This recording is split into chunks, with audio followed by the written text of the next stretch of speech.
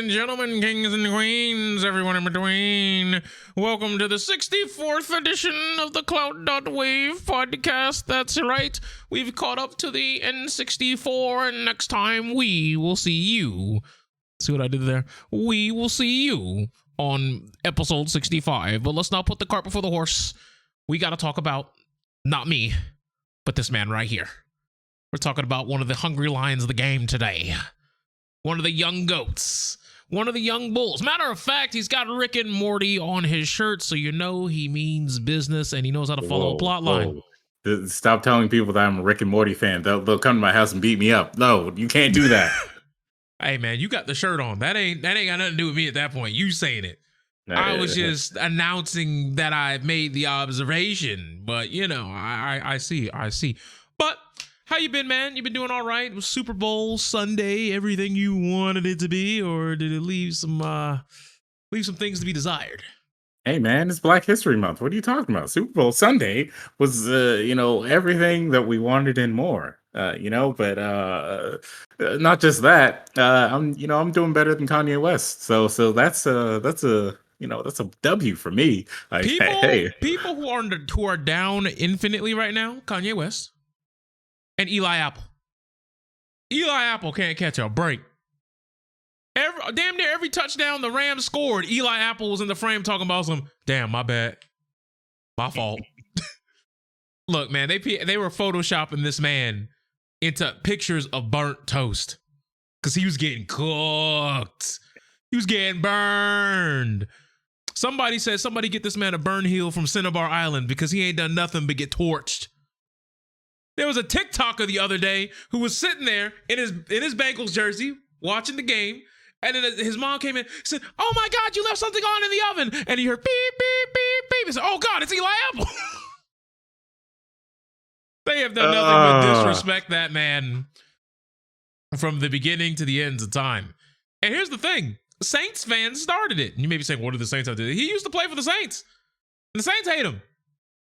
Saints fans have been talking trash about this man before the playoffs even started. They did not forget. And he was who they thought they were, and they're not letting him off the hook. They crowned him.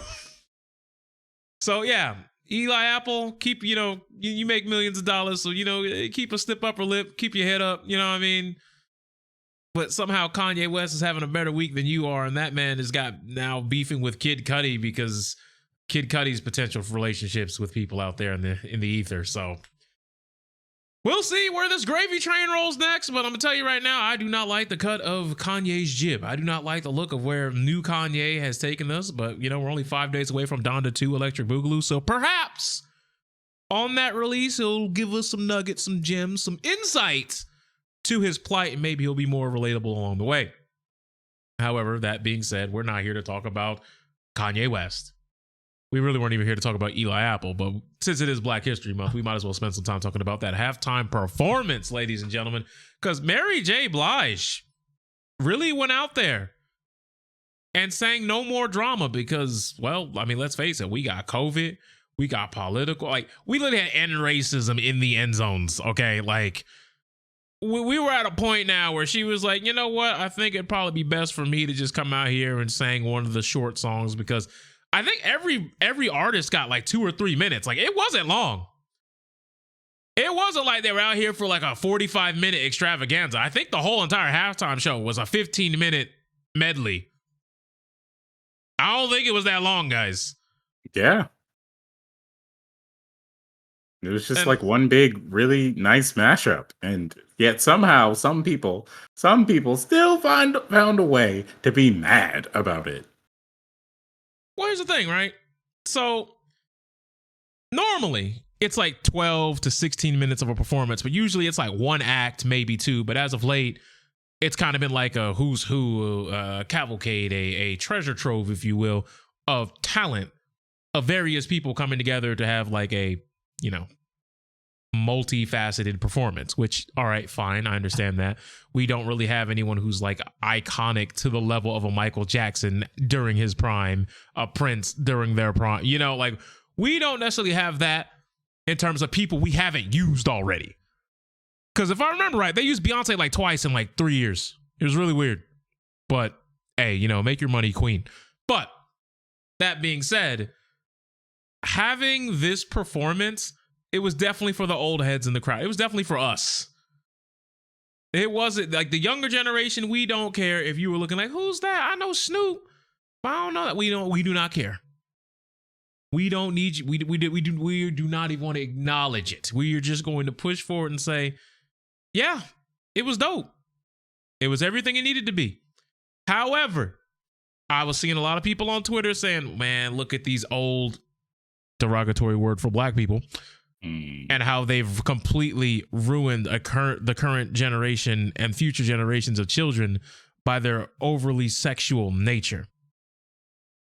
Look at how these perverse lyrics have made our children sexual deviants. And I'm just sitting here like, I don't think rappers really doing it big in Italy. You know, like I just don't think that's how that's going down. Because, I mean, they had a whole sex tape during their whole government thing. So, I mean, it was about Tifa getting her ass banged. So, becoming a sexual deviant and rap music are not things that are what we would call mutually exclusive. Not to mention, if you really want to dial it back, many of you who are saying these things voted for a president who said, and I quote, grab them by the pussy. And I'm not saying that that's necessarily related to rap music, but it's definitely something that is indecent, I would say. It was definitely something that would be a little bit devious in the sexual courtroom, if you understand what I mean. In the public court opinion, I just don't think grabbing them by the pussy outright is necessarily what we would call keeping it PG, or even just keeping it regular G, homie. And G for guidance, by the way, just in case there's any confusion, because I know some of y'all don't read context clues, y'all don't do double entendres, y'all don't understand that. So I'm gonna have to explain that joke so we don't have any mishaps in the comment section below. But other than that, I gotta start asking the serious question, man.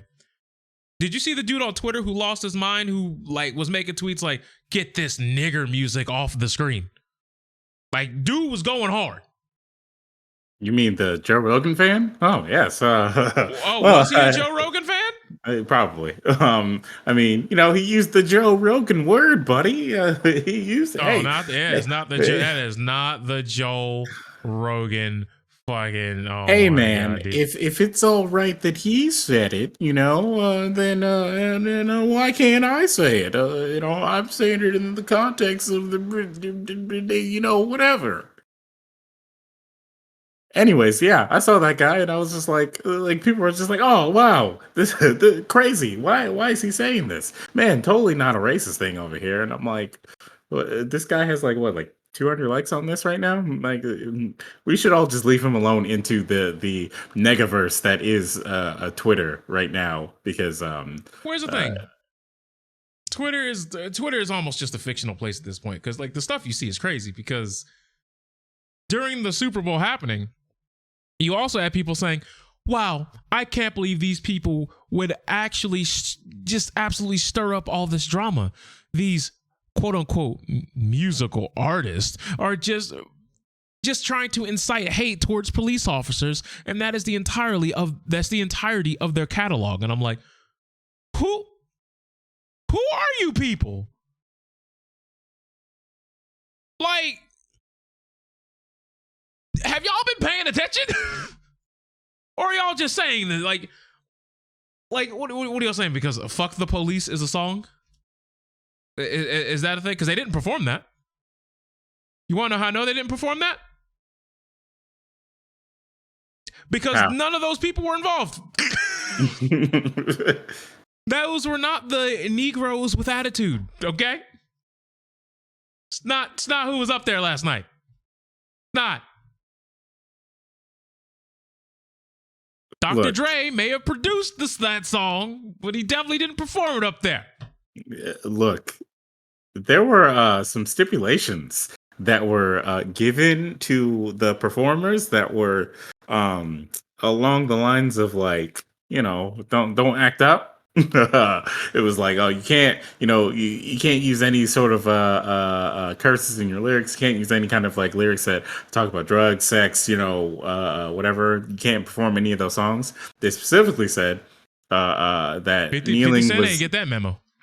Well, they specifically said kneeling was not allowed, and they also kind of like revealed the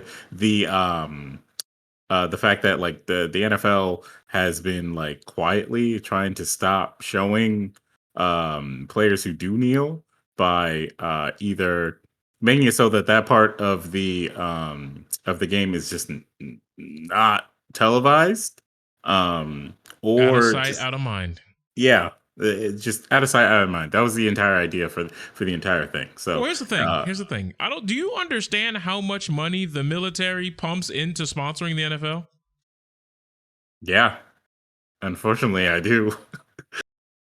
Like it's genuinely like wild to know that a lot of our military budget actually just goes into the NFL.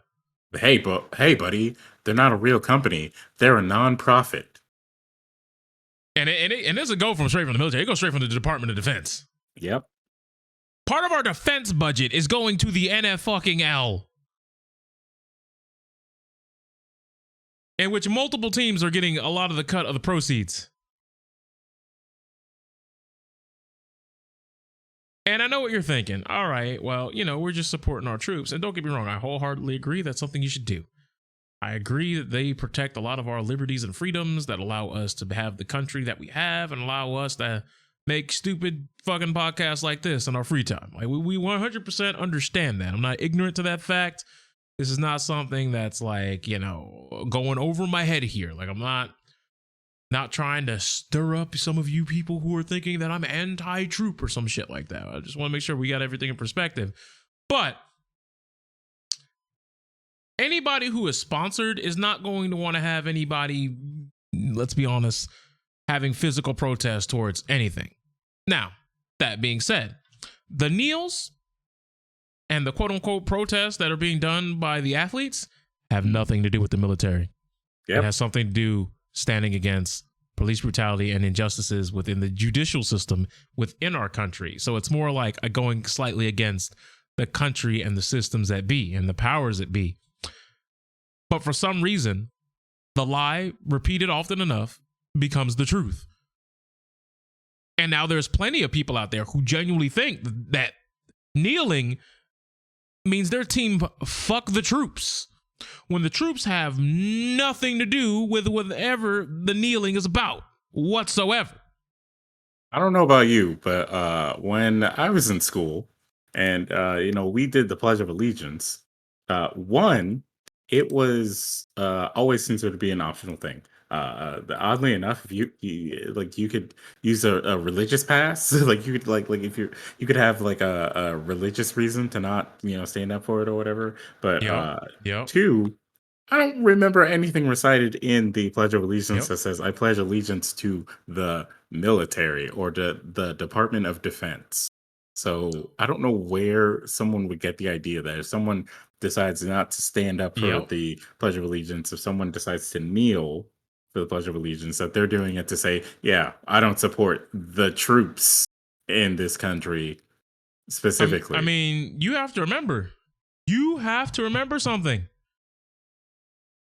The Pledge of Allegiance was errated twice. And you may be saying, what do I mean by errata? Errata is a term that we use for edited, aka change. It's a trading card game term. Like, for example, if a rule change happens and the wording on a card becomes different on future prints, we call that an errata. But let me take you back to 1892. I pledge allegiance to my flag and the republic for which it stands, one nation, indivisible, with liberty and justice for all. See how that sounds like some shit you never said? Then there was by Bellamy, there was an early revision in 1892 to 1923, which was used. I pledge allegiance to my flag and to the republic for which it stands, one nation, indivisible, with liberty and justice for all. There's a couple more revisions, but you got to get all the way down to the 1950s, where people say, I pledge allegiance to the flag of the United States of America and to the republic for which it stands, one nation, under God, indivisible, with liberty and justice for all. And it wasn't until like a handful of years ago where the under God thing was taken out, and people are like, oh my God, how could you get rid of Under God? And it's like, bitch, the first 4 versions of the fucking pledge never even had it. So don't act like Under God was the mainstay. Like that was the creme de la creme. Like that was the pillar of the pledge. Because you didn't even get that until the 50s.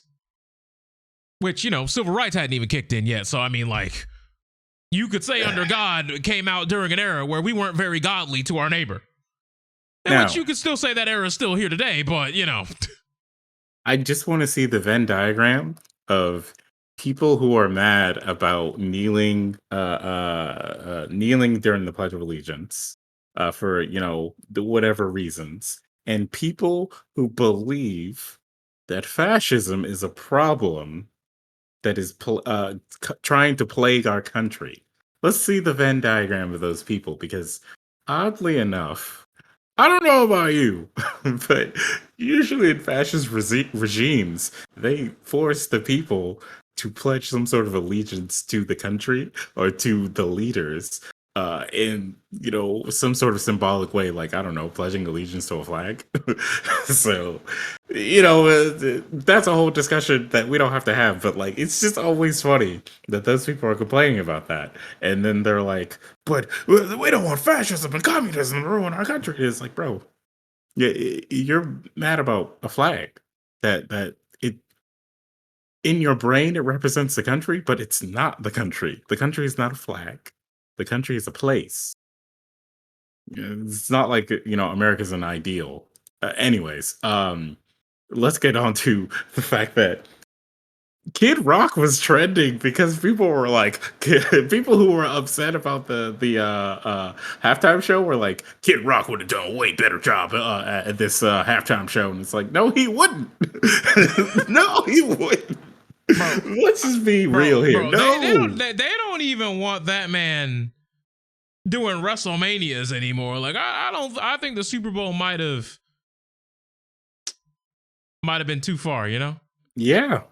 Like it's weird. Like this halftime show was great. That's it. Start to finish, it was great. Period. The only way you could find a problem with it is if you're sitting here being like weird and like, there are too many black people out there, or you know, that Mary J. Blige, I could see the skin on her legs and it made me feel some type of way. Personally, they're like, it's too sexual. We don't like that. We don't like those darkies being all sexualized and whatnot and ruining the younger generation and tarnishing our eyes and our pupils with this nasty, terrible, gelatinous cheeks all over my screen. Meanwhile, let me give you a bar from Mr. Kid Rock. Now, some people say my mind's blown. I'm cooling like a snow cone. On my cell phone, I'm paid, G. Can't call me, just page me. Young ladies, I like them underage, see? Some say that's statutory, but I say that it's mandatory. There's some shit he said. You can look it up. Huh? That is a Kid Rock bar. This was in the Osmosis Jones soundtrack, by the way. Wait, don't ask. Yeah. Osmosis Jones is real. It's a real weird movie. It is. 100%. You had like the dirtiest man known to man having like some diseases all in his body, and it was about the cold pill and like one of his like white blood cells teaming up to destroy the evil. Could you imagine if we got a Osmosis Jones 2 or an Ozzy and Drix new series about COVID-19? No, we don't want that. You know, hey, you know, it's an anime, man. It's called Cells at Work, right? Yeah, bro. There would be a fucking dead virus vaccine character named Action Vaccine, bro. Is that what you want, bro? Oh, and by the way, this is lyrics to a Kid Rock song. You can't make this shit up. See me cruising in my caddy. Hoes like to call me daddy. Cool, while I'm styling, just rolling on the island. Now, just in case I pack heat, keep a case of brew in my backseat, got a pocket full of cash, and got a fatty in my ashtray. I'm cool, daddy, cool. Call me cool, daddy, cool. I'm cool, daddy, cool. Call me cool, Daddy Cool. Mac into this fat beat, bass pushing through the backseat. You know I got that gangsta lean. This sounds like someone who's a rapper cosplayer, and y'all are telling me that y'all are okay with this. By the way, this is the same song, by the way. I just want to point that out. There's a whole... This is a real song. It's a song called Cool Daddy Cool. Please look it up.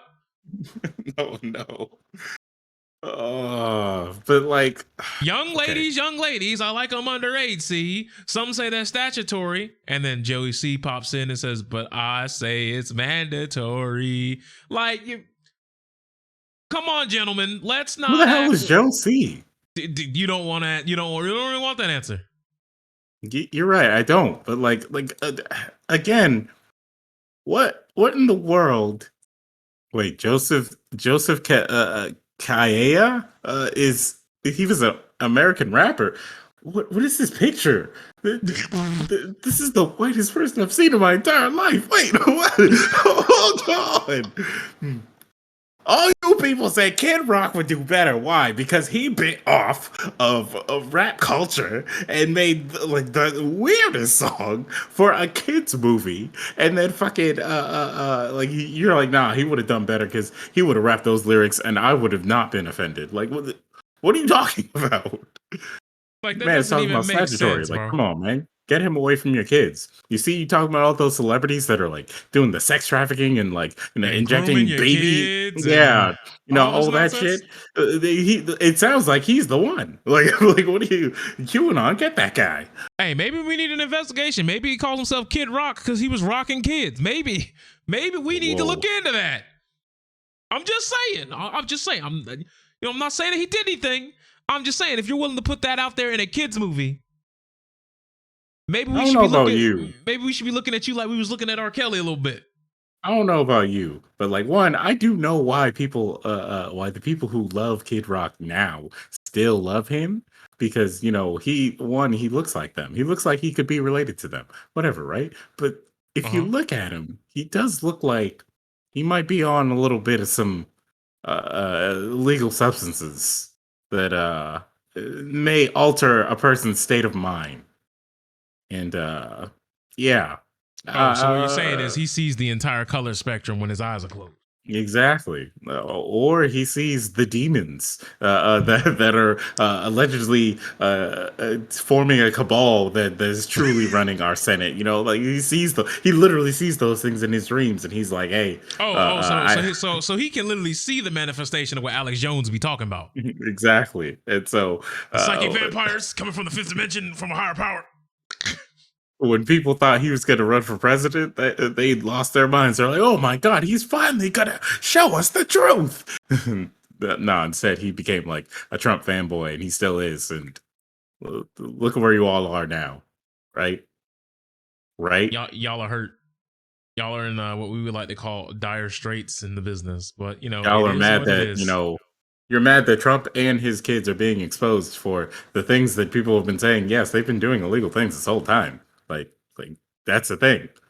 It's like, what, you guys don't believe us? I don't know. Why don't you listen to some of his speeches where he just says it? Like, he's just like, yeah, and I'm rich. What do you guys want?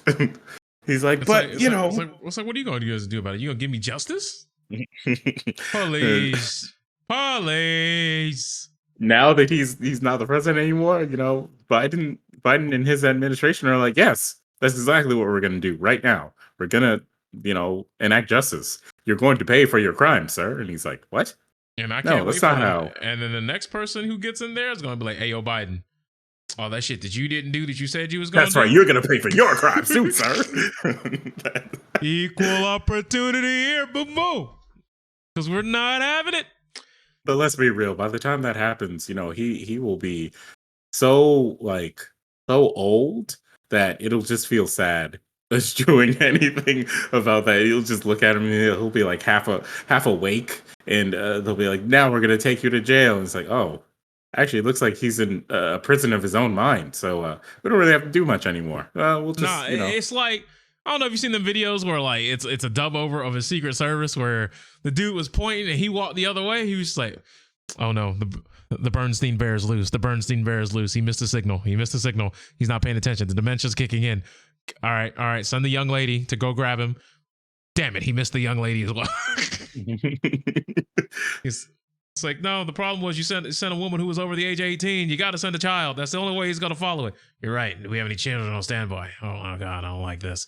Oh no, he's going in the bush. Like it was a whole bit. It was hilarious. It was dark humor, but boy, was it hilarious.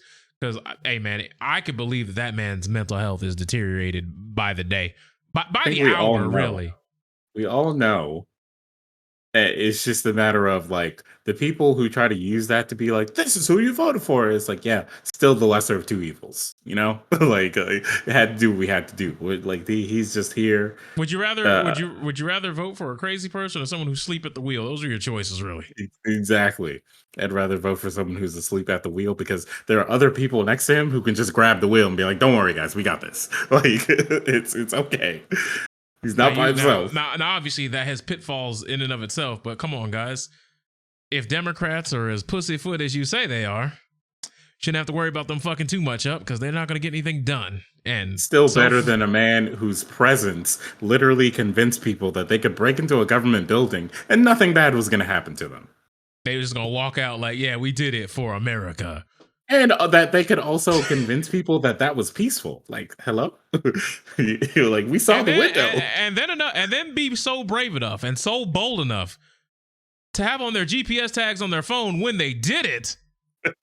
And then to double down on it afterwards when someone died during that incident, y'all referred to her as a martyr. How are you the type of person that talks about how there's all this like government conspiracy going on and that, you know, that big tech is spying on you all the time? They're like using your phones to track you and all this shit. And you left your GPS on while you were doing crime. Like, come on. And this ain't no small crime. Y'all are breaking into a government facility. Like, if y'all have seen literally any movie ever that y'all claim that y'all love so much, you know that's a big no-no. Yeah. Look, and if you thought they weren't going to find you, you took selfies in there. Some of y'all were auctioning off some of the stuff you stole and thought y'all just weren't going to be found. Like, come on now. First day of middle school, I'm pretty sure when they teach you about the systems of government, they also teach you, yay, you can't break into these buildings without going to jail. You know, so... Well, you know, speaking of breaking into places, we got TikTok star Ava Marjorie, who had a stalker. Yeah, that's right. A young 15-year-old TikToker who has made multi-faceted videos, has millions of likes, has several 100,000 followers, cultivated an audience in which one of them decided he was going to be a little overeager McBeaver and become a stalker. Now, I don't know about you, but I don't care what the deal is. Stalking is a big no-no, especially when you're stalking a literal child. And the fact that you thought that there was not going to be any repercussions for this is staggering. But the stalking was only the first stage because there's several degrees of escalation that this person decided to take it to. Now, some of you in the comment section below, I'd like you to pause this video. Yeah, that's right, pause it. And I want you to guess, where do you think this story goes? Like, genuinely, like, I want you to just guess, what are the next few words do you think I'm about to say? And note, this happened in America. In Naples, Florida, by the way, because of course it did. No, it happened in the PvP zone of America too. Well, I do, because so anyways, right? So here's the thing, right? Early on July 10th, the fan, Eric Rohan Justin, 18 years old, of Elliott City, Maryland. That's right. My man came from a little bit up north. Arrived with a shotgun at the Marjorie home in Naples. And he let himself in by blowing the front door open with the aforementioned shotgun. His weapon jammed. Ava's father, Rob Marjorie, a retired police lieutenant, chased him off but fell. Mr. Marjorie told the Collier County Sheriff's officers that he returned to the house, retrieved his handgun, and stood watch at the door, only to see the gunman return a short time later. So this man's gun jammed.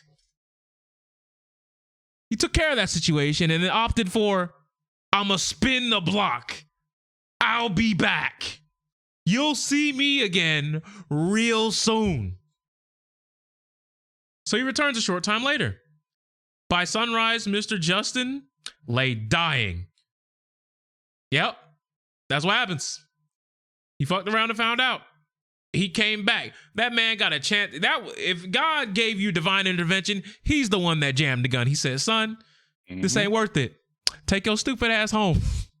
Jesus took the wheel and he tried to take it back anyway. So see, if he was like Sleepy Joe Biden, he was like, he could have taken it back. All right, yeah. I gotta go home. Back to my oven. I think I left it on.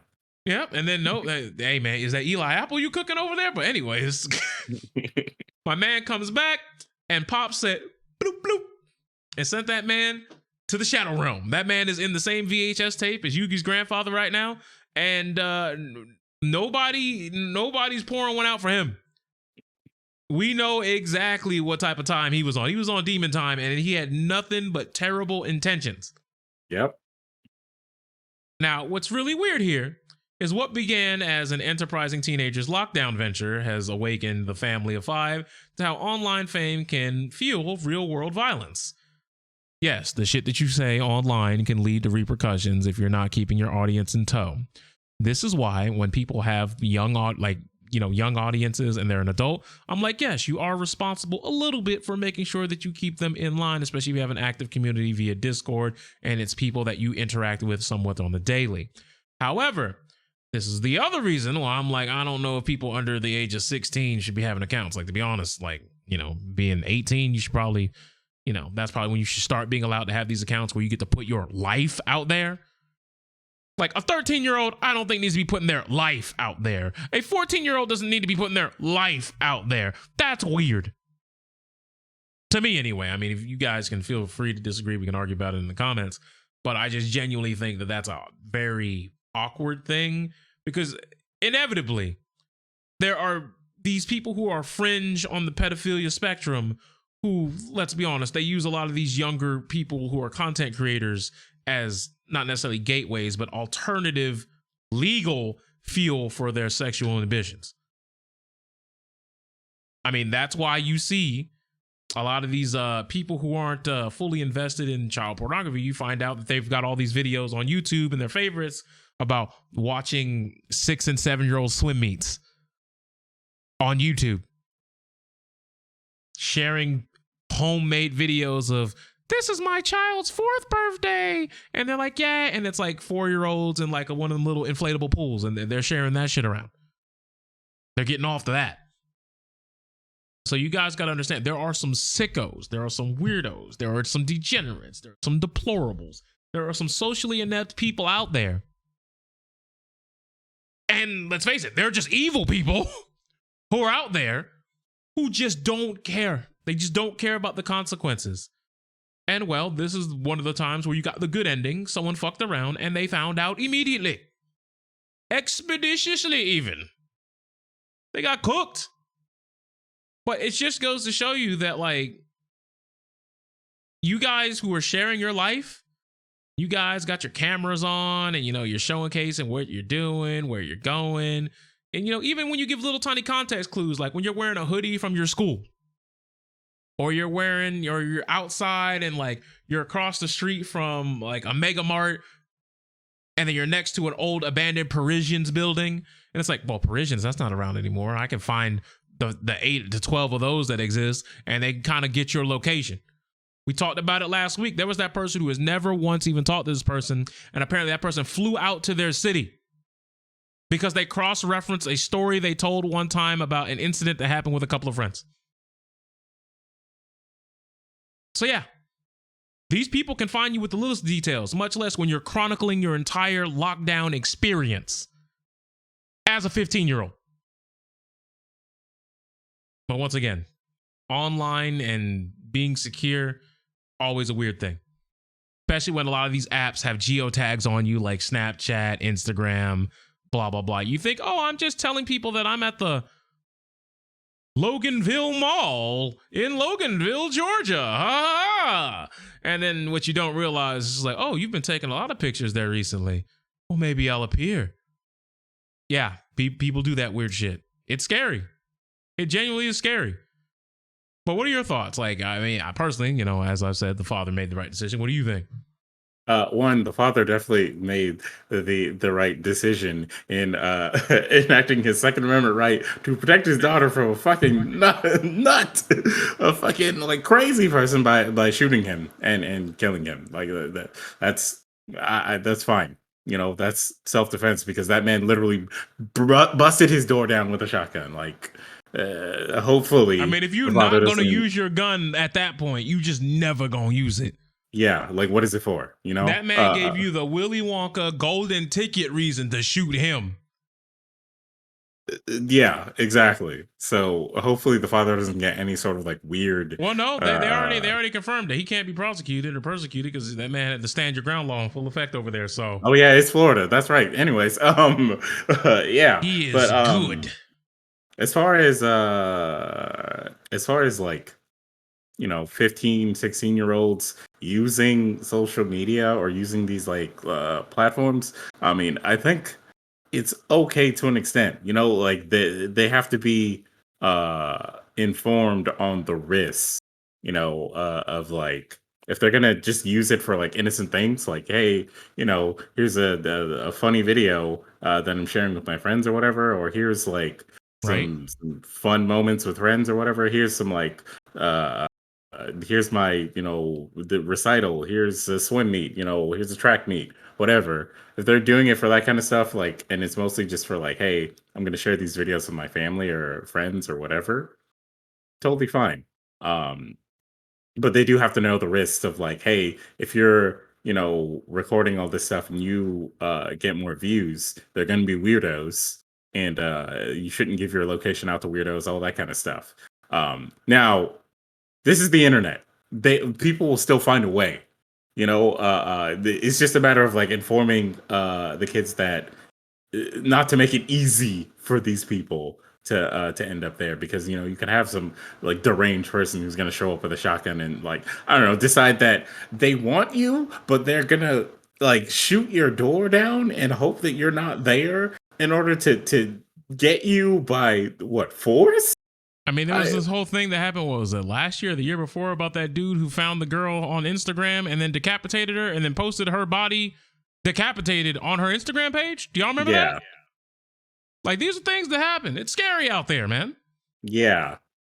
There are definitely weirdos out there, but you can't say, "Hey, don't use this because weirdos exist," because these same weirdos could, you know, just be your local, you know, whatever, and like still gain some kind of obsession. I mean, shit. I'm Remember not saying don't use it. I just think it's weird that we got 15-year-olds allowing to have intimate documentation of their day-to-day life. Well, that's weird to me.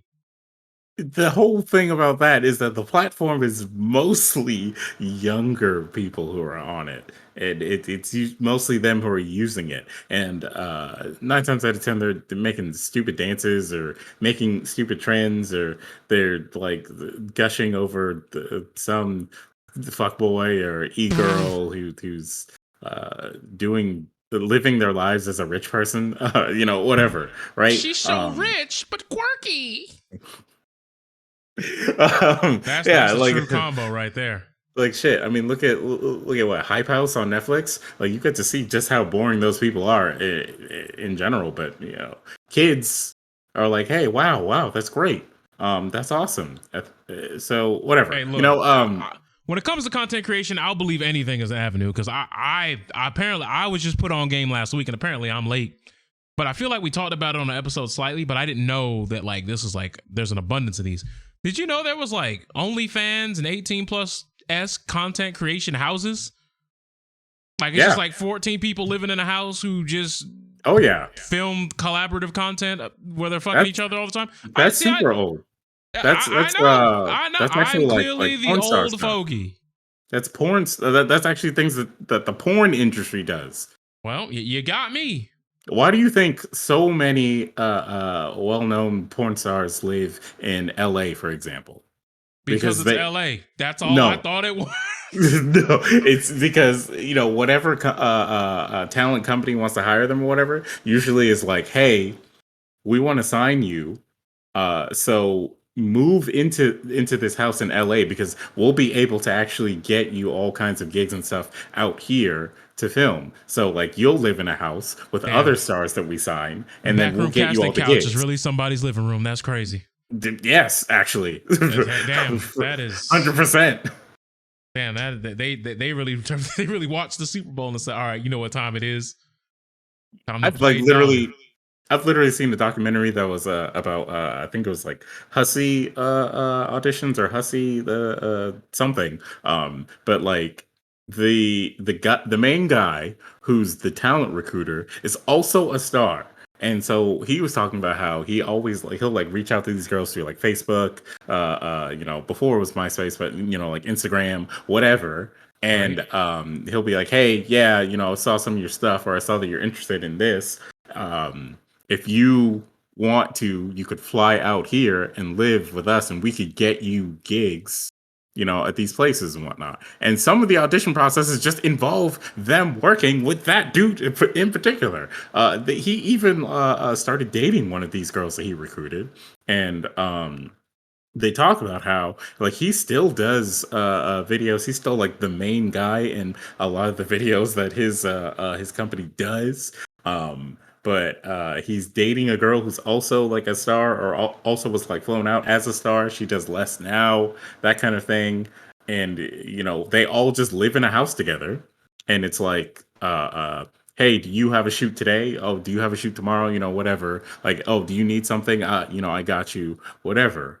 And yeah, it just then dives into how fucking lecherous the culture is. But you know, whatever. The point is that they do have these houses where these creators live together to you know either get more opportunities or just like create content together, collab, you know, whatever. So yeah, that shit has been happening for years. It's just that now the OnlyFans version of it is that you know usually content creators will get together so they can either collab together or they can like you know basically you know be the like hookup for each other, like, oh hey, I heard that you know this place over here is looking for someone for a photo shoot or for like a video for a scene, you know, whatever. Or hey, I heard that you can do this and this to get more views in your OnlyFans content or get more subscribers, so you know, whatever. Or hey, I'll collab with you so that you get more numbers,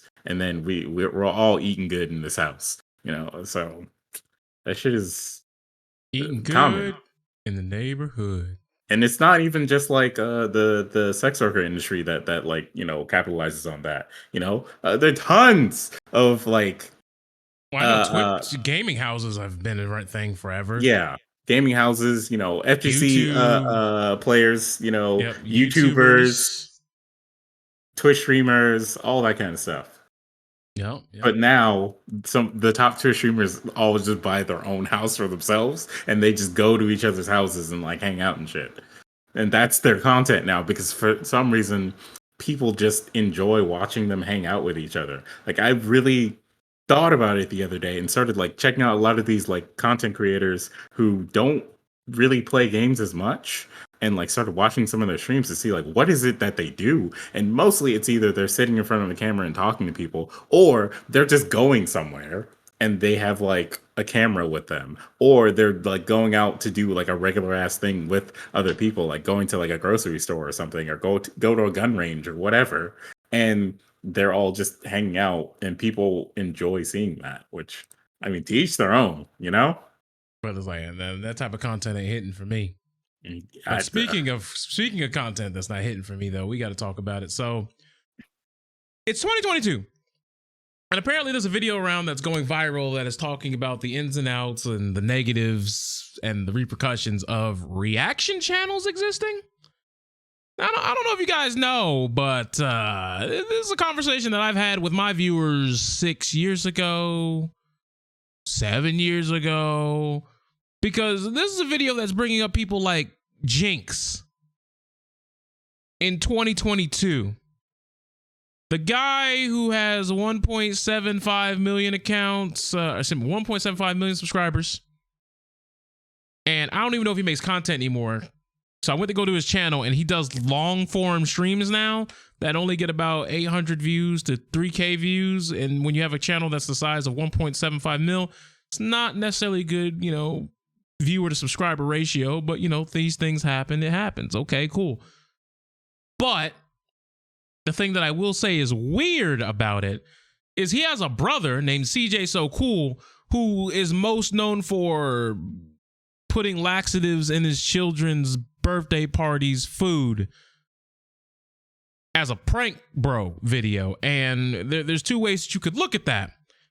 One, this is fake, but why would you do something that's fake where there's no comedic payoff when it just makes you look like a giant piece of shit as a father and as a human being? That doesn't really make sense to me on why you would do that. But then you would say, but no, man, it's authentic. It's real. Okay, now you're not pretending to be one. You just are that now.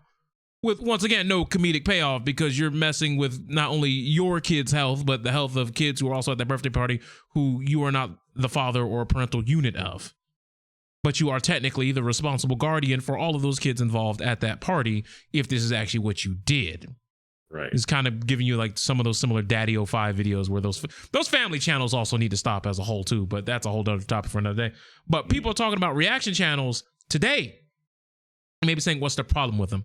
So you already know how I feel, because once again, I talked about this like 5 or 6 years ago, where I do not like the avenue of reaction content when it's just, hi, we're going to watch Team 4-Star. We're going to watch insert YouTuber here. We're going to watch Razor Fist. We're going to watch Preon. We're going to watch Total Fraudulence.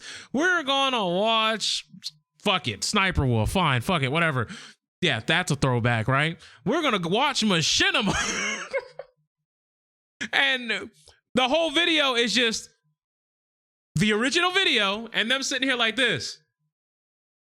Occasionally hitting a chuckle. Oh, that's funny.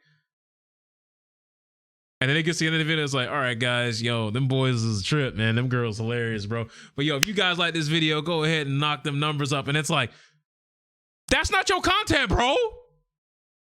What?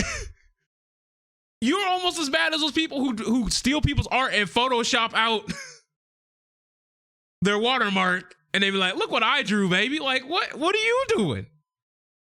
Now, that being said, obviously, there are people who have found a way to make the reaction format a little bit more transformative, whether they give you further insight, they break something down, they talk about some nuanced things, they make an anecdotal story that connects to the main point of what the original video was trying to convey.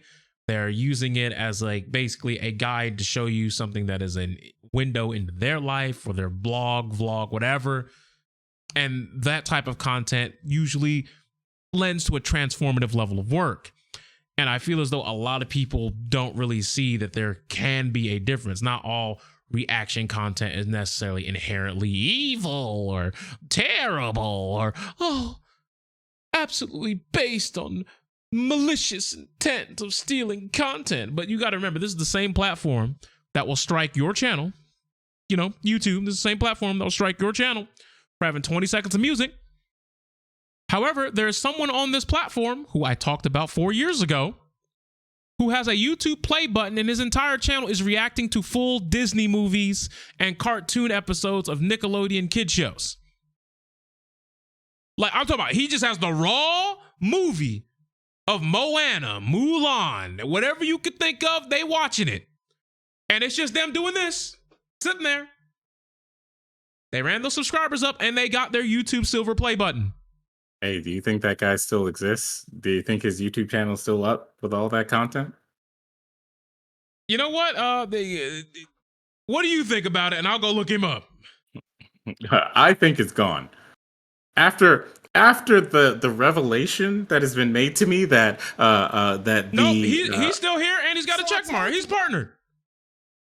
What is his content right now? Well, like what that is the important thing. What is the content that's on there? Are those like Disney movies still there? Hold on. Once Upon a Time, season 1, episodes 6 through 8, blind reaction, and it's an hour long. So I'm gonna just go ahead and mute this so I don't get banned. Full reaction on website. Hey, yeah. From what this looks like, he's just watching the episodes. So like, don't tell me that like this isn't a thing. Oh, here we go. Raya and the Last Dragon blind reaction. It's 32 minutes. Now, it's obviously not the whole movie, but he says the whole movie reaction is on his website. So you go to his website now, but it's 35 minutes of him just watching the movie. There's no commentary. Like every now and then, like every 2 or 3 minutes, he'll chime in and he'll say something.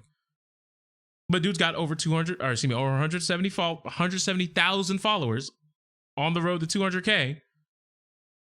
And he's got his play button. So that's a low number. Oh, that's interesting. But he still got a play button. I mean, yeah. He's watching whole Phineas and Ferb episodes up here. Now, granted, this man is watching the entire Teen Titans season. What? All right, bro. All right, bro. I'm gonna just go ahead and close that. But their name is Smurf Blogs. Yeah, I'm snitching. Also, you know what? Hold on. You know, better yet, I'm gonna just do a quick little print screen. I'm gonna just go ahead and send this your way, big guy. Yeah, there you go. That's all needs to be said.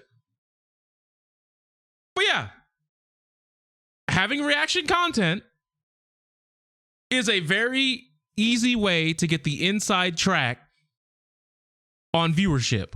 Why? Because people from all walks of life know what Disney movies are. They know what Cartoon Network is. They know what the upper echelon YouTube content is. For example, you know how many people who normally get like 8 views ended up getting 40,000, 60,000, 100,000 views on their reaction to the SpongeBob anime YouTube parody thing? You remember that? Yep. Some people made reactions to that.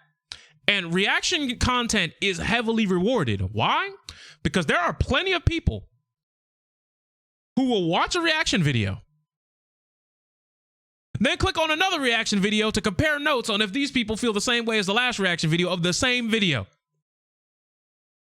And yes, we know that in a lot of cases, it can help drive viewership up to the original video. But we've also seen reactors in the past, like in the video I talked about like 5 or 6 years ago, Blasphemous HD, there was even a thing where he would say in the video, and the video link to the original will be on the video description below if I remember to put it in. And sometimes that man ain't remember to put it in. Because when I was going to look and investigate, there were plenty of people who, when they did a reaction, there was no link to the original. They didn't give a fuck about that. They were there to get theirs. And much like how there was the Twitch content metas as of late, there have been YouTube content metas. There was a content meta where everyone thought they could be a content cop and dictate to people how you're supposed to make content and what you're supposed to do and blah, blah, blah, blah, blah, blah, blah. And then it just devolved into people being abhorrently toxic for no reason and kind of missing the point. Now, granted, you take another person's video and you react to it. I'm not saying that you're doing it with bad intentions. I'm not saying that you're doing it for a cheap pop. What I'm saying is there's a difference between making the work transformative and just sitting here like this for the entirety of the video and then just doing your outro and then calling it a fucking day. Yeah, and that has been noted to become the react harder argument for that. And you know what? The weird thing about this situation is that, people are making that argument about people who are not they're not guilty of that problem. Like, they are making it transformative. They're not just sitting there watching the content that, they also happen to have like audiences of like, at least 20K people watching this content with them who are, commenting as well. And, they're, talking to those people while they watch this content. They're making comments about it, all that kind of stuff. And unfortunately, this weird drama is coming from people being like, oh, well, content creators who are doing that are stealing from the original content creators. But one of the arguments that's levied is if you're a content creator and you don't want someone doing that, and you say it, the content creator can just be like, okay, well then I won't watch your videos again. And one of these people is like, that's not good enough, and makes a video comparing Hassan to Jinx, and then trying to take things like, Hassan gets up when he's while he's streaming, and he'll like go make food for a little bit, or like he'll go to the bathroom or whatever, right? And so sometimes his empty chair is there while he leaves something playing because he doesn't want to put up a like BRB thing or whatever, because people get more mad about that than they are like happy that they get to just sit there and wait for their lovely streamer that they worship to come back or whatever, right? So this person makes a video that's like basically uh, uh, saying that even though Hassan said, oh, it's wrong that I, watch your content without your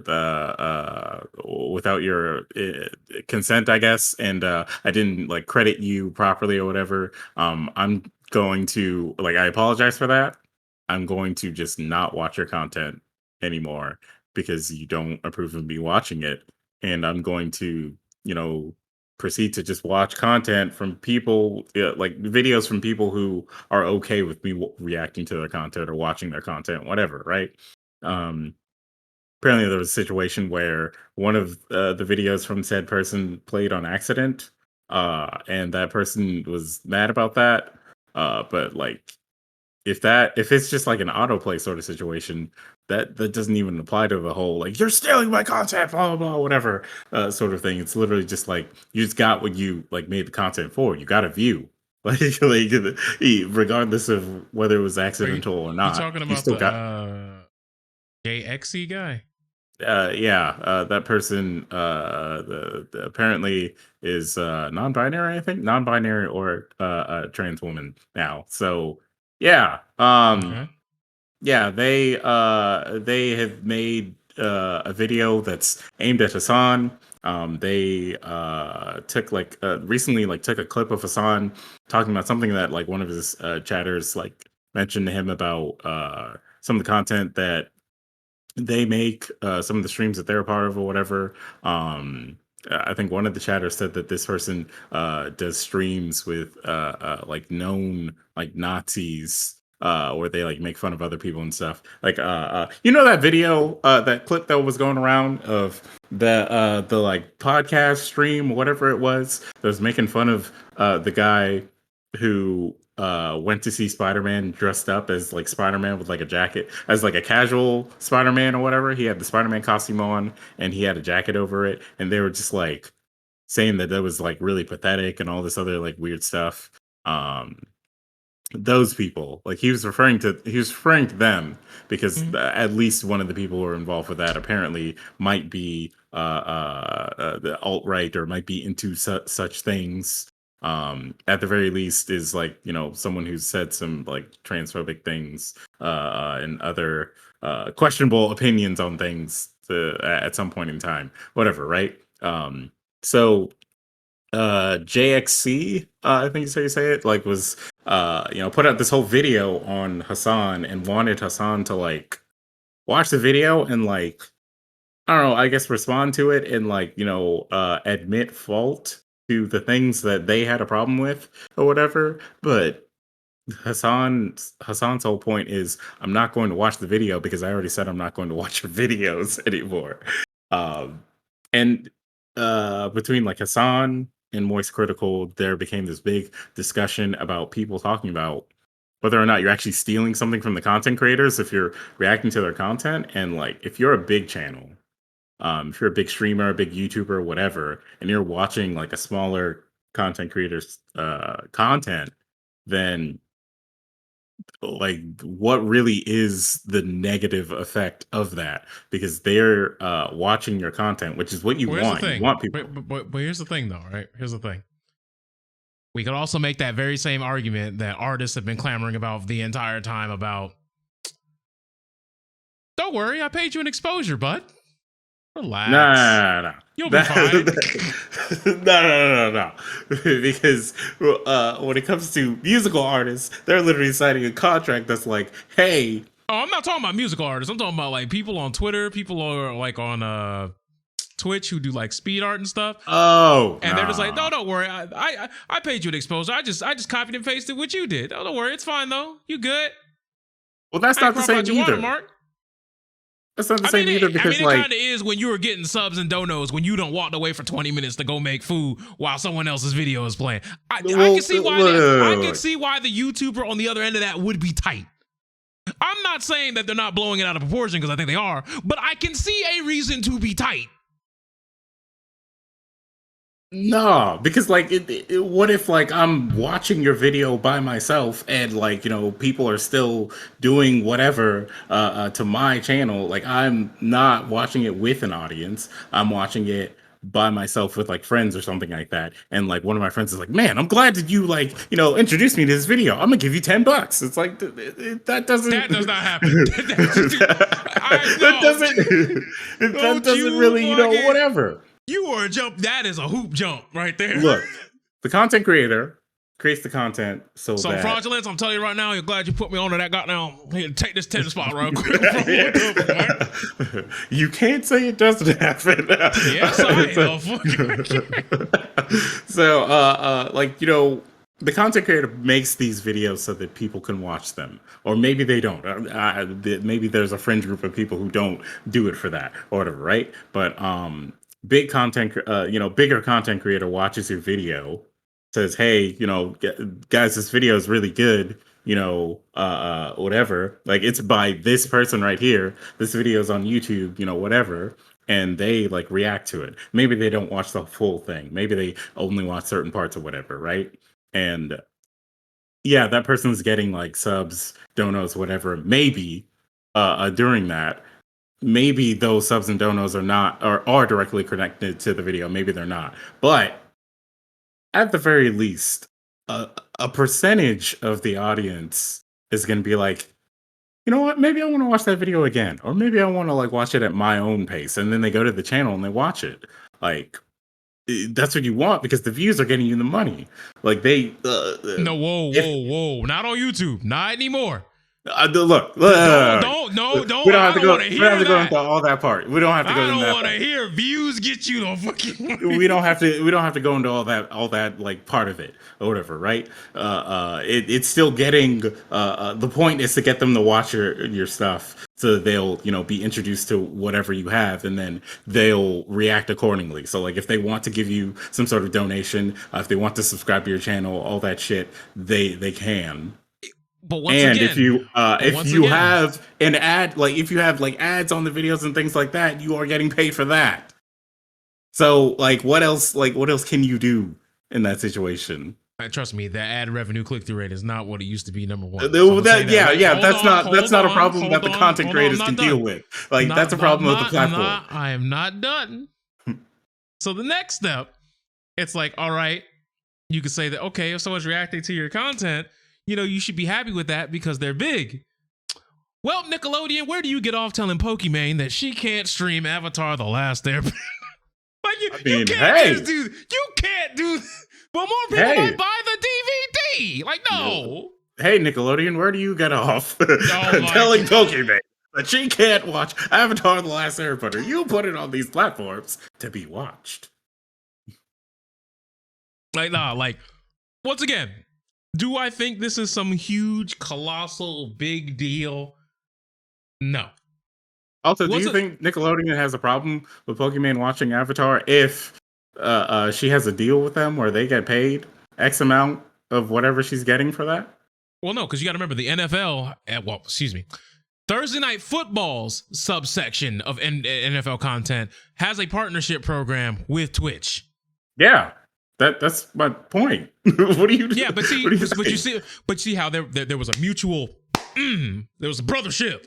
Twitch I'm not saying like NFL I'm not saying take the actual situation. I'm saying like, what if they had that same kind of deal? But that's what if some of these content creators are fine if you react. They just want you to reach out to them. Well, yeah. Like, hey, this content creator is like, you should have credited my content. And then also, you didn't watch it the way that I wanted you to watch it.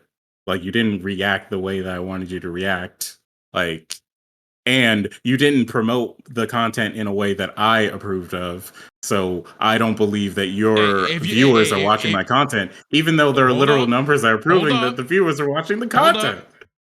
You do get to have some say in the the presentation of your likeness, or someone's going to be using your content for the free ski. All right, let me include one other thing. Okay.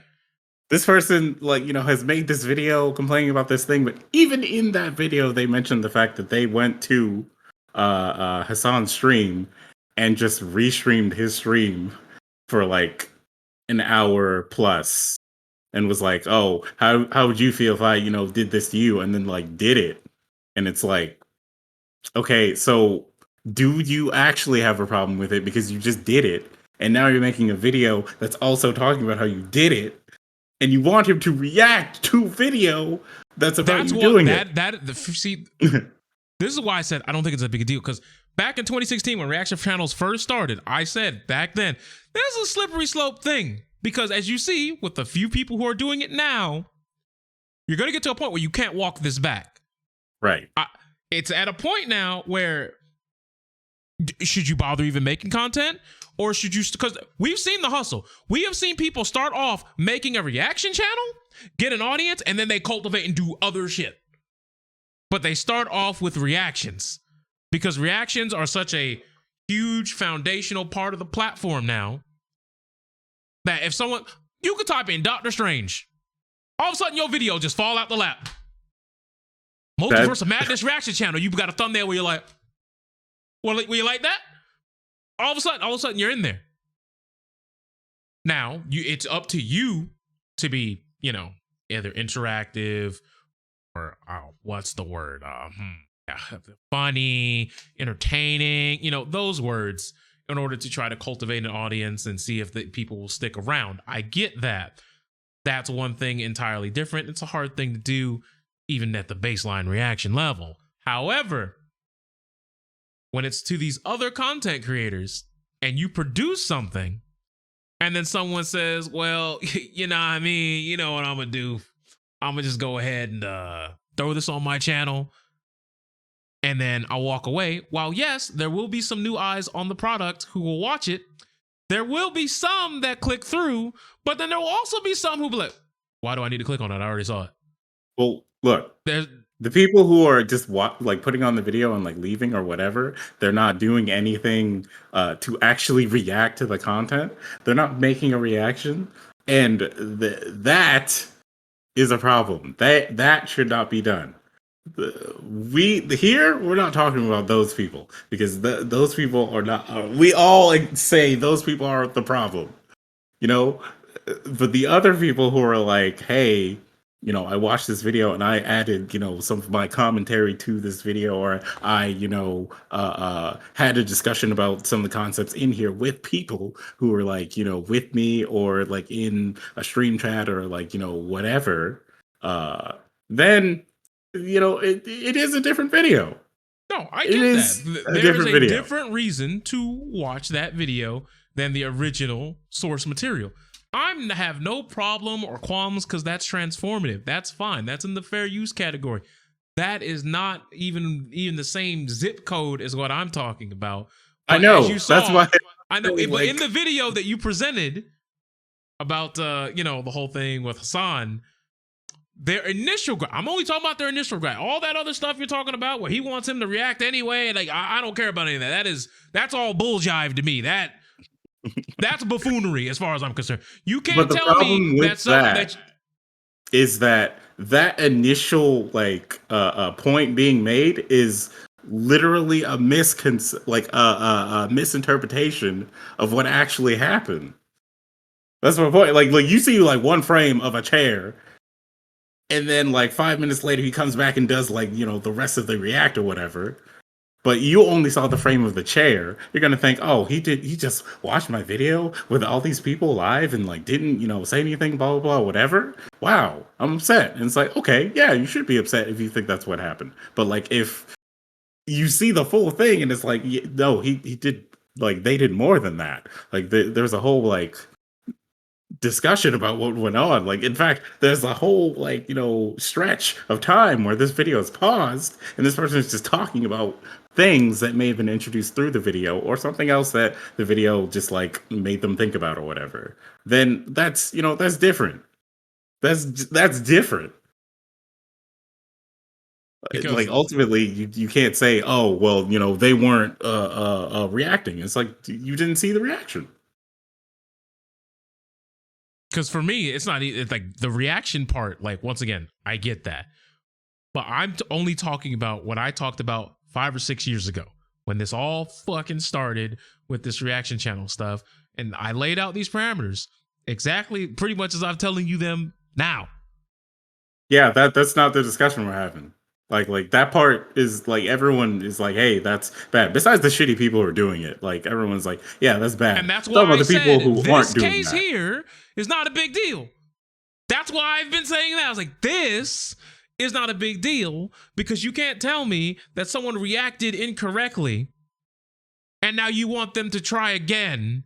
Right. And now you're mad at them for not reacting because you told them not to react. Like that. That doesn't make sense. Yeah, see, we're on the same page. That's like me and you playing a video game, and I get mad at the way you played the video game, so I unplug your controller.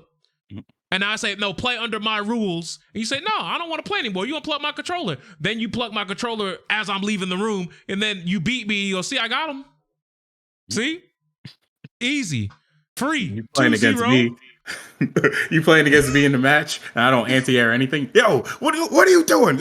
Get this control out of your hand. I don't like the way you play, man. You're terrible. How dare you do that? Like, that's just like, bro, but you're trying to win, right? This is for money, right? Like, who cares if he doesn't anti-air? That's his life. Yeah, and ultimately, once again, due to YouTube views, let's be honest, you're probably only making like 0.004 cents per view and maybe like 0.02 cents from ads. Like, it's really bad. Like, I'm gonna go look it up real quick, but it's pretty fucking bad when it comes to well, that's what the sponsors are for. Yeah.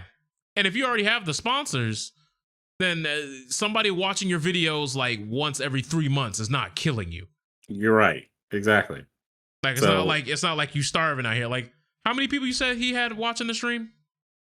Like, usually he nets about like 20 to 30K. You said 20 to 30K? Yeah. Okay, so let's just say let's just do this for the sake of the fucking sick. Let's just do this for the sake of so let's just say he had 20,000 people. And per YouTube video view, the majority of YouTubers earn between 0.004 and 0.015. So let's just do, let's upper echelon. I'm an upper echelon type of guy. Matter of fact, we'll double it. We'll fucking double it. We'll double it. And then we'll multiply that times, you said 20,000? Is that what you said? 20,000? What? I said 20 to 30K. You chose 20,000. Okay, you know what? Matter of fact, we'll double that. We'll double that. 30,000. That there. So even if we highballed it, right? We highball this, correct? Do you know where we're at? Sure. I mean, yeah, I'm not saying the YouTube money is the ultimate goal. I'm not. No. I'm just saying. But do you know how much money this amounts to? Probably not like as much as you would think. I just want you to guess. I don't know, a couple hundred. $900. Well, there you go. And that's if I basically quadrupled the formula. If I went with what the average YouTuber is getting, we'll back down to 75.005. Say about 25K. He lost 187 bucks. And that's if Lost and that's if bucks. He would have missed out on 187 bucks if everybody in that stream went and clicked on the video with 100% click-through rate and all of them had no ad blockers. Okay. But that's a big if.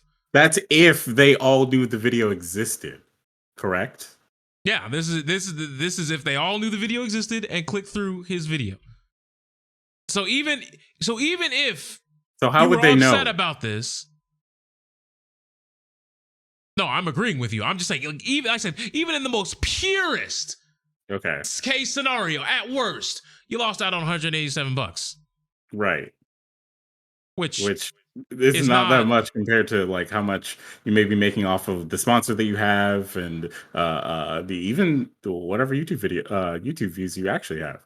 Like it's still like, yeah, okay, you may have lost some money off of that if all those people knew that you like, you existed or whatever.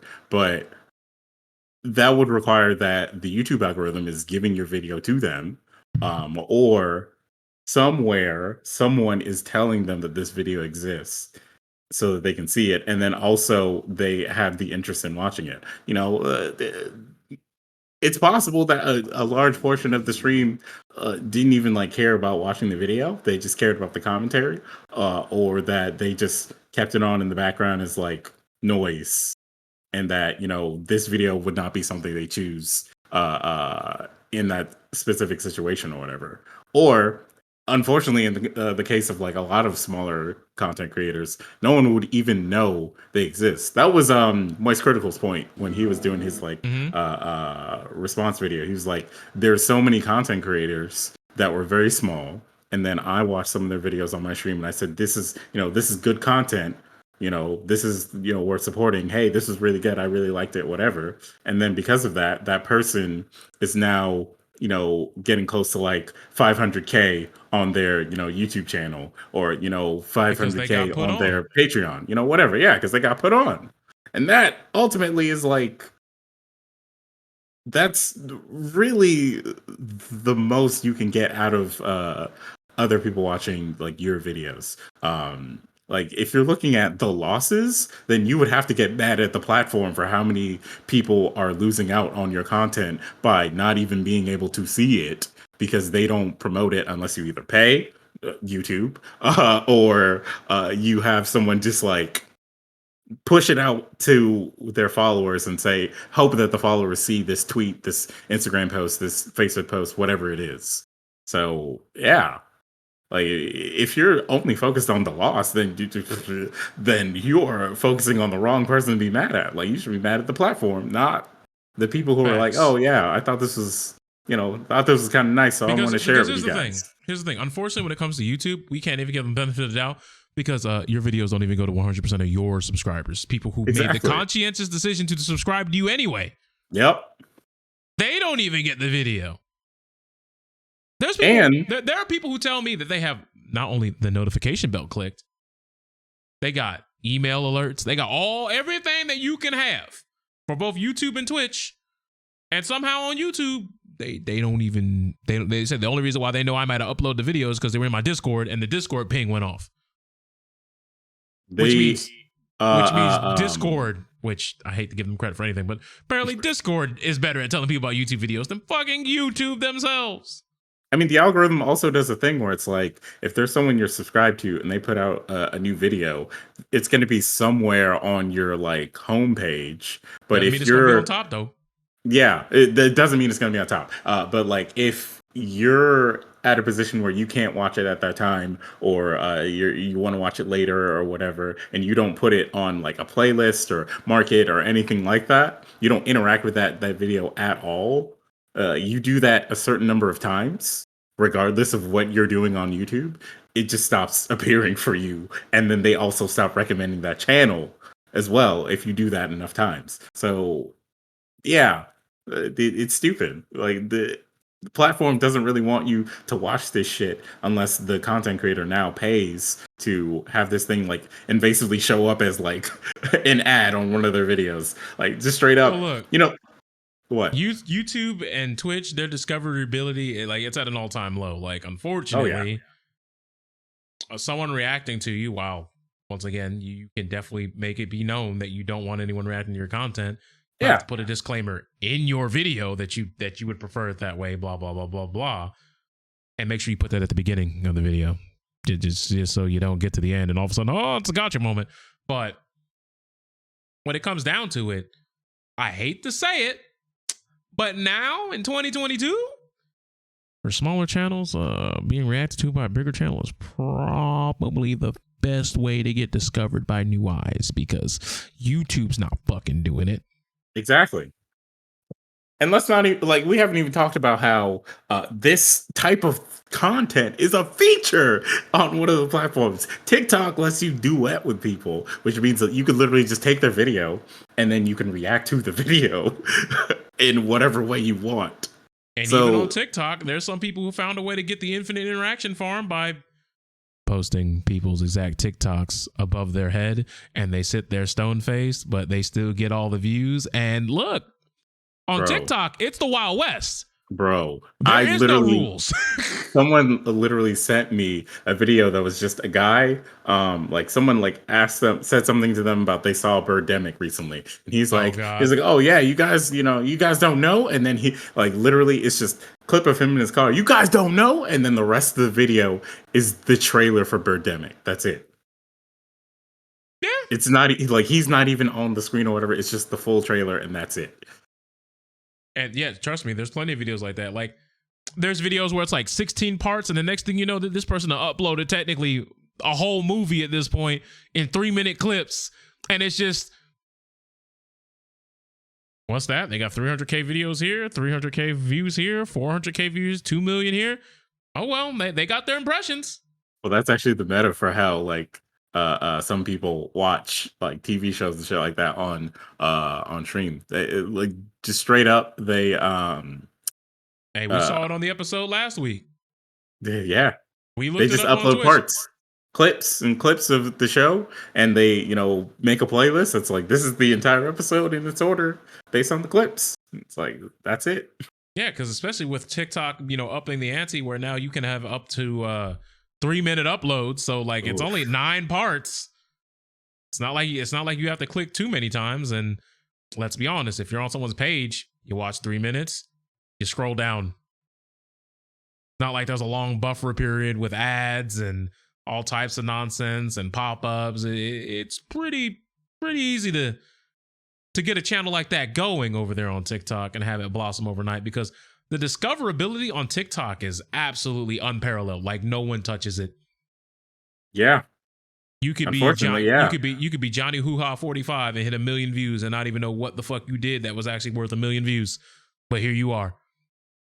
You got a foot in the door to do something. It's because the algorithm works. And this is how these other algorithms used to work. But once it got to a point where it's like, we either make more money off of focusing on these people, or we make more money on deciding that you should pay us to do what we used to do. Then it just becomes terrible. You've noticed that sometimes you're watching a video and then an ad plays, and then it's like, how long is this ad? 30 minutes, an hour. What is this? And it's just straight up a full video, right? People have to pay for that. Like, that's what they pay to do to promote their video. Like, hey, my video is now just gonna randomly be an ad. And you know what's wild? You know what's wild? It's happened to somebody on this planet. Somebody on this planet, it happened. I know it did. Somebody probably went to sleep watching a YouTube video, and then they got hit with one of those while they were asleep, and they had a whole hour-long ad play.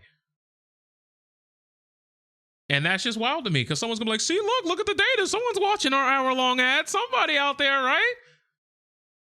Now, whether it's coming back on the business investment side, we'll never know. We don't have the books on that one, but alas, it is what it is.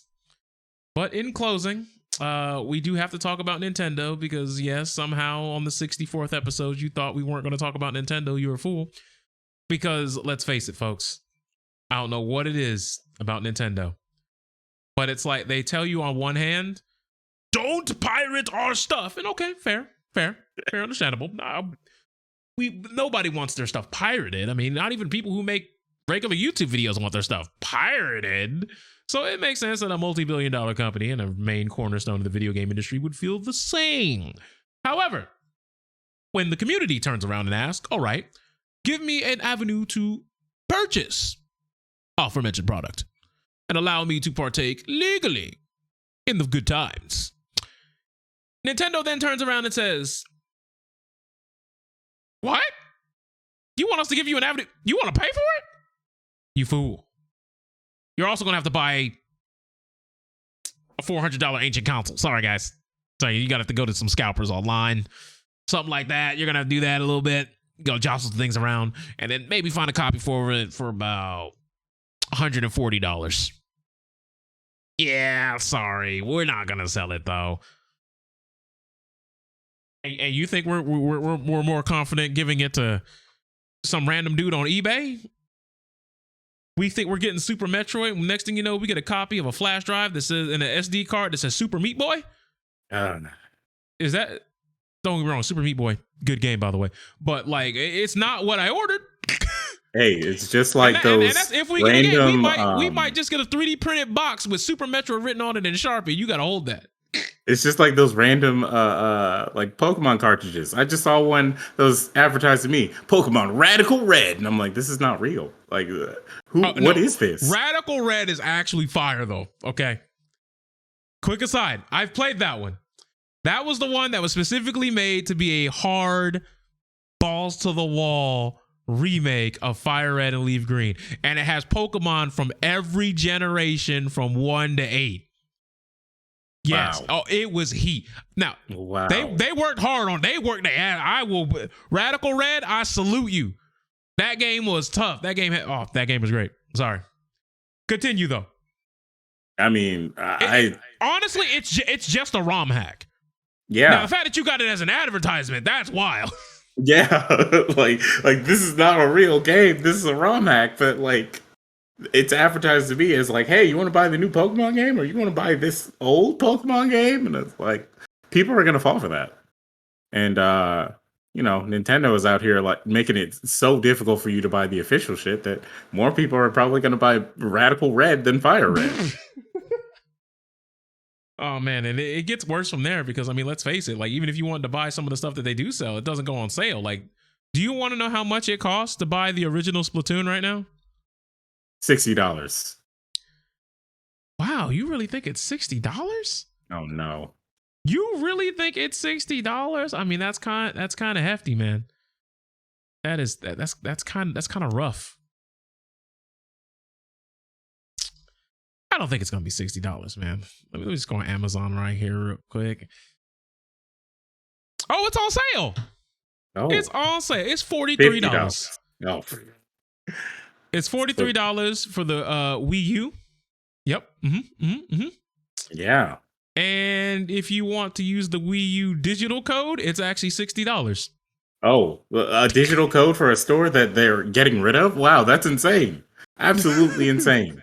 Because that's the news. You know, Nintendo's getting rid of the Wii U and the 3DS eShops, which I think Wii U, Wii U is pretty good because Wii U is the one that had like older Nintendo games, like Game Boy games and stuff like that. Ain't no way, boy. Ain't no way. What's up? If you go on Amazon.com right now, how much they're selling Mario Kart 8 for? Not deluxe, Mario Kart 8. $70. $76. Well, hey, man, it's the last version of Mario Kart to ever exist because they're probably not making another one. They're just going to add more and more DLC. Hey, that is not Mario Kart 8. We've been reading the title wrong. It's been Mario Kart Infinite for a long time. Yeah. 100%. Yeah, with that is not an 8. That is just an infinity sign that is on its side. Do you even think that Nintendo's going to give us a new console in the next like 2 to 3 years? I mean, I feel as though they're going to have to once the PlayStation 5 and the Xbox Series X. You know what? Never mind. I'm not even going to say that because... Yeah, you got to remember, we're talking about how they're just now getting rid of the 3DS eShop because up until maybe like last year, they've been making new 3DS games.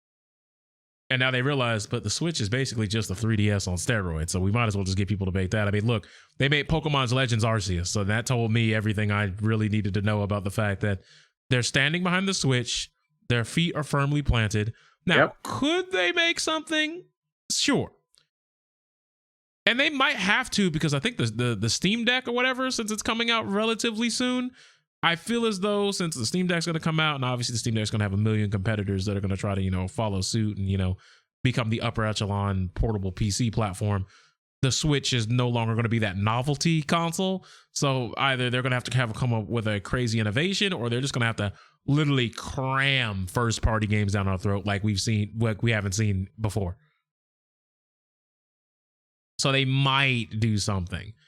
But now that I think about it, like, it's not going to be Sony or Microsoft that makes Nintendo budge. That's not going to happen. Man, it's like I was saying it out loud and like mid-statement, I got caught mid-stride and was like, no. Yep. No, that's not gonna. Actually, how much is a Wii U by itself? Like, how much can I buy a Wii U? Probably a GameStop. Okay, that's Amazon renewed. $383. You can kiss my ass.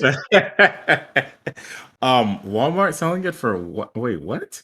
$1,500. Huh? Word? Super Mario Maker Deluxe set. Oh, hey man, it's got free shipping.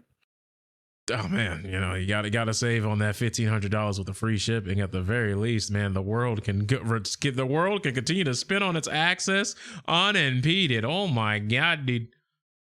This is a scam.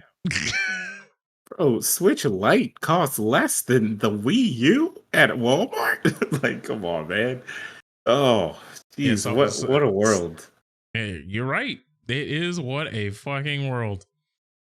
Also, speaking of what a world, I've seen a lot of people in the FGC. They're clowning on King of Fighters 15 because they're saying stuff like, "Well, I find it funny that y'all were clowning on Marvel vs. Capcom Infinite, but here y'all are playing King of Fighters 15." And I'm sitting here like, look, let's just say in some bizarro world, Marvel vs. Capcom Infinite, the only thing we cared about was graphics, and that was the only reason why we dunked on it. Let's just say that, right? That would have been so nice. That would have been such a nice thing.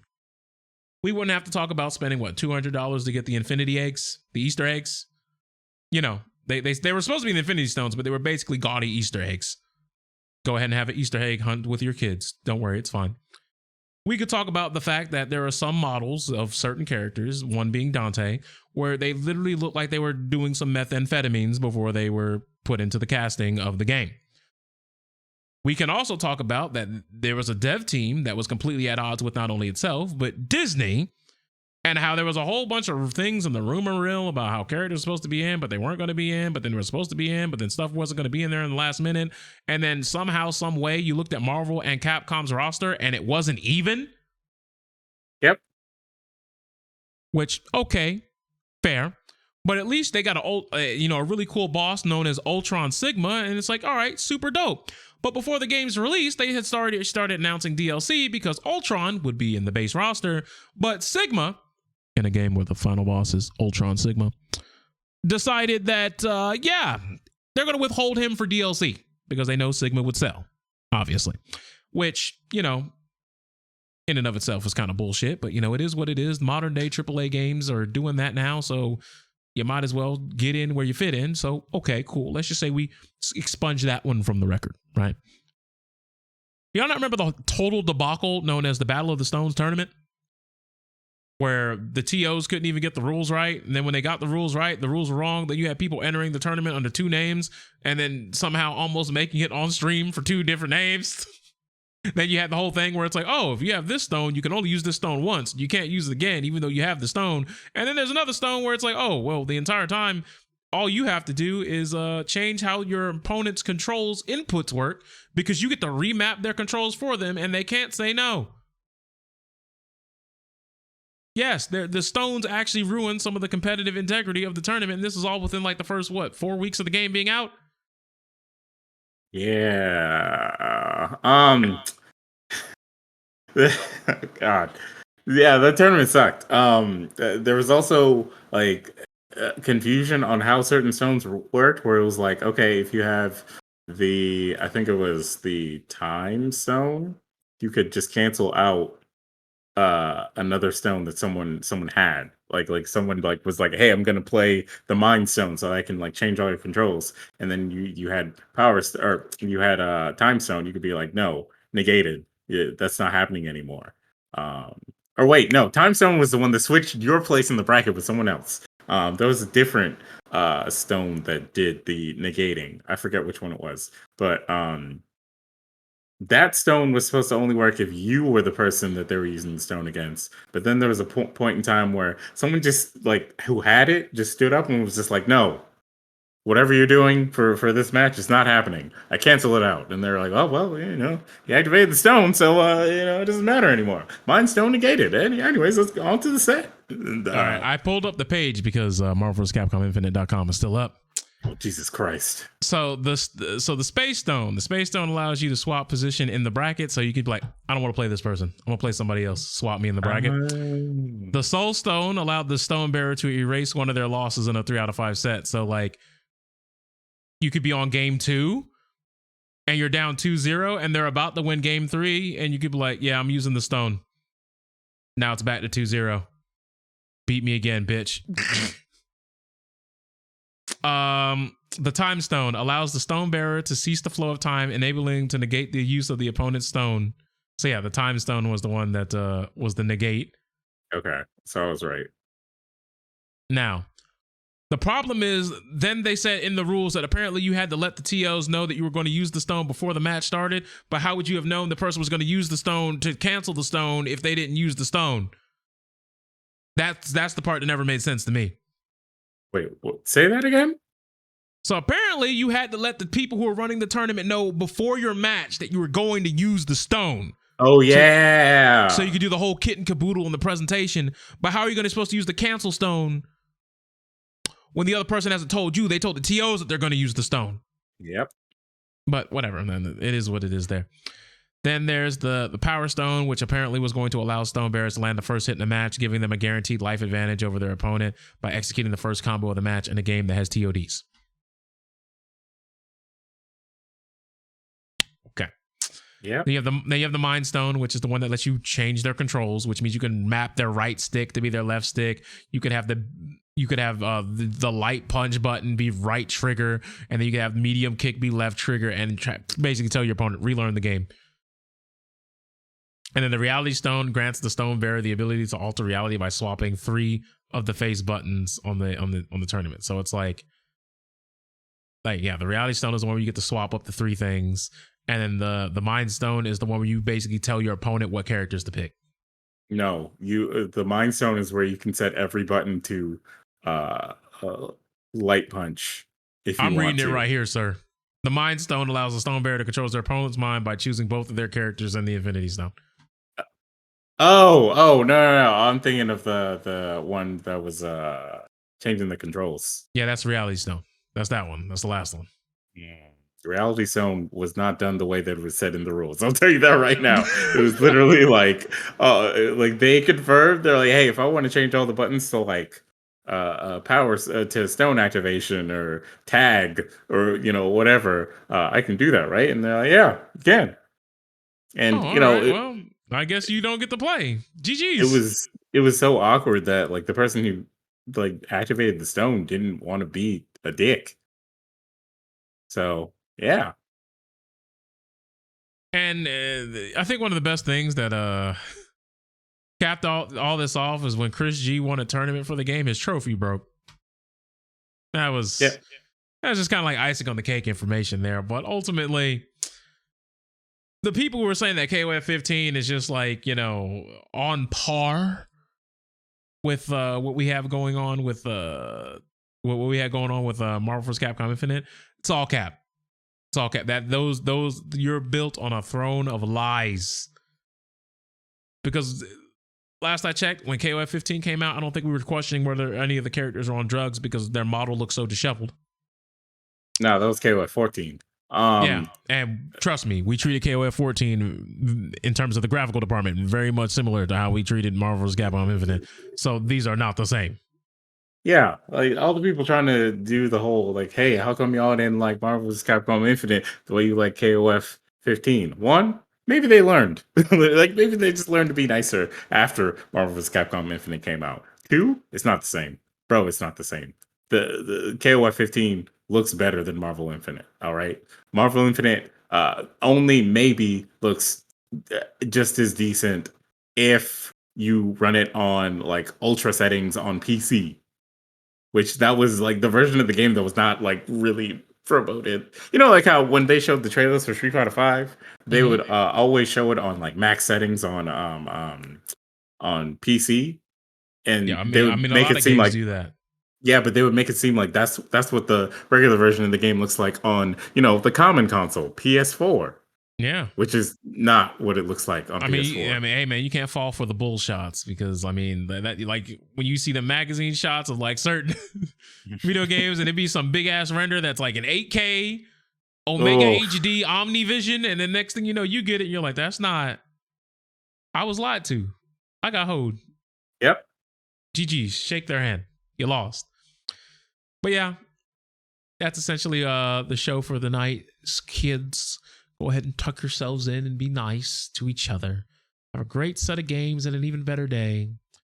And as my co-host would always say, the internet is a mistake, and unfortunately, I'm finding less and less reason to disagree with this man.